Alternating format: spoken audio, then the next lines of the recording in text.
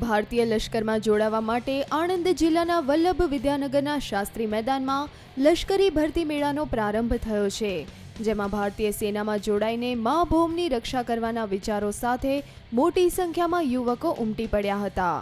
ભારતીય સેનામાં ભરતી માટે આર્મી રિક્રુટિંગ ઓફિસ અમદાવાદ, જિલ્લા પ્રશાસન આણંદ અને જિલ્લા રોજગાર કચેરીના સંયુક્ત ઉપક્રમે આ ભરતી મેળો યોજાયો, જેમાં પ્રથમ દિવસે 2379 ઉમેદવારો ઉપસ્થિત રહ્યા હતા.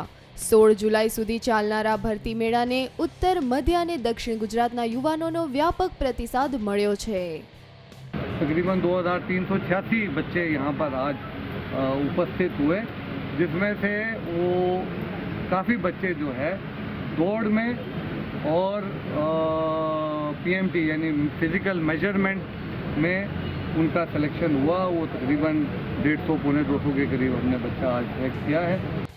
આ ભરતી મેળામાં જોડાવા માટે રાજ્યના 21 જિલ્લાઓના 71,000 યુવાનોએ ઓનલાઈન રજીસ્ટ્રેશન કરાવ્યું છે, જે અત્યાર સુધીના ઇતિહાસમાં સૌથી વધુ છે.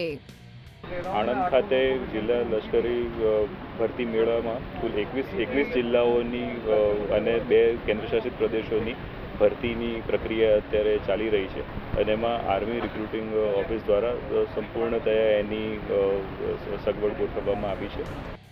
આ ભરતીમાં ઉમેદવારોની દોડ, શારીરિક ચકાસણી, મેડિકલ ટેસ્ટ અને લેખિત પરીક્ષાના આધારે મેરિટ મુજબ જ પસંદગી કરવામાં આવે છે.